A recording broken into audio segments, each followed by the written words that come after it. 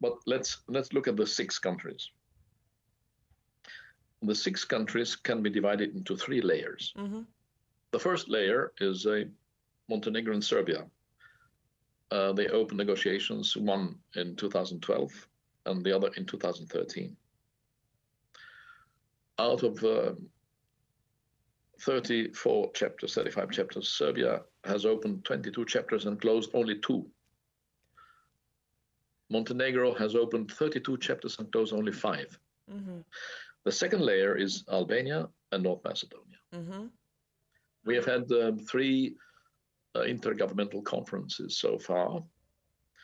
The third one took place yesterday on the opening of chapter 3. And North Macedonia is still a little bit in the waiting room because of the political situation within the country. And then you have the third layer, which is Bosnia and Albania. Bosnia has been given some sort of candidate status, in my view, but due to political problems within the two components of the country, with the views of Dodik and Republika Srpska, it doesn't seem quite okay to continue on the same path. And Kosovo, for whatever reason, the EU has not granted a candidate status yet. They're operating on the basis of association and stabilization agreement. In the meantime, we have the political problems there to form the government after the elections. So, it's a combination of both. And non-recognition from member states as well. We'll come to that. Okay. Sometimes their own problem that they have not put house together, and a little bit of EU problem. Because within the EU, we have 5 countries that do not recognize yet. And EU has failed to convince these countries. The reasons why these countries have not recognized are known, but EU has not been in a position nor had the power to impose anything on any country, including Greece, when they played that with North Macedonia. Poor North Macedonia had to change everything. They changed even the name, they changed even the constitution, and still EU was not able to. EU was not able to impose anything on, or the same with Bulgaria at the time. Now, all are these friendly countries with Albania. I have no problem. I'm not criticizing. I'm saying because of the EU intricacies within the house, this complicates the matter and this complicates the process. So I'm not sure whether we could use the word never for with regard to Kosovo. The day might come. Hopefully, they will put the house together. It's like in our case, in the case of Albania. When you talk about integration into the EU, it has to be very clearly explained to people, starting from political parties and leaders of the political parties. They all claim, I'm doing this, my party is doing this. I recall I was, again, years before, in 2009, when Albania joined NATO, I was ambassador to London, to UK at that time. And the party in power was the Democratic Party. But when we sat at the first meeting of NATO, it was not written Democratic Party, nor will it be written Socialist Party in the case of Albania joining EU tomorrow. It's the country. It will be only Albania, period. It's the country. And this process, therefore, is above parties, is all party is above parties, all parties, non-party process. Yes.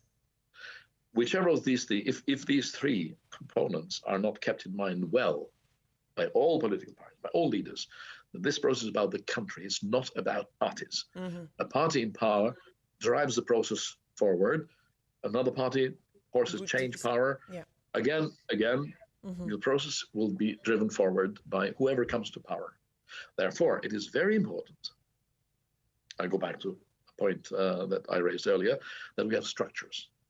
This situation, without a proper, solid ministerial structure on its own, with a solid team of at least 100 people, with 5 big departments for each cluster, and highly experienced diplomats, technicians, whatever, all together, a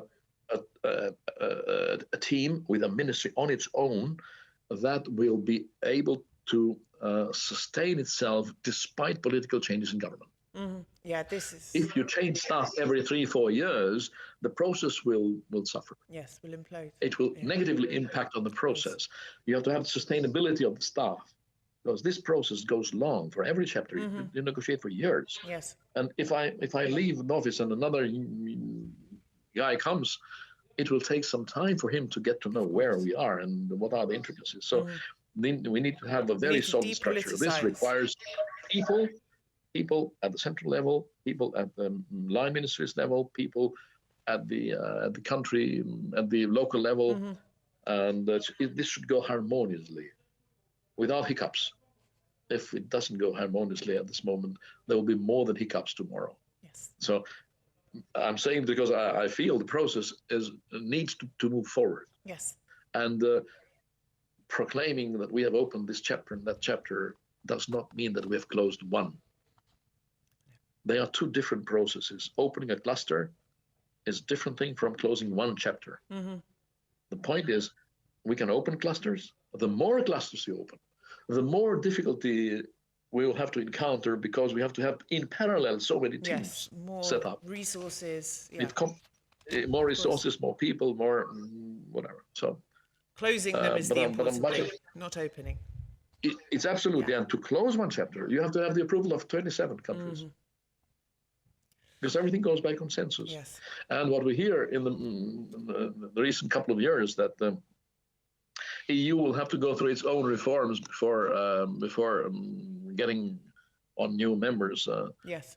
If this reform of the EU does not decouple, I'm using the same word, if it doesn't decouple from the integration, these are two parallel lines. They can go in parallel, because we cannot impact on the reform process that eventually the EU talks about it for so long and doesn't do anything.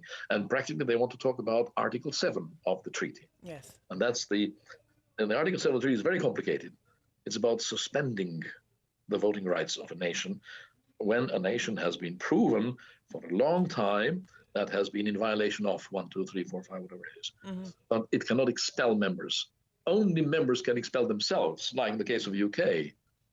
They implemented Article 50, and I expelled myself, and the negotiations take 8 to 10 years. So it's a very complicated machinery. But anyway, I look forward to seeing my country's progress. Yes. That's fine.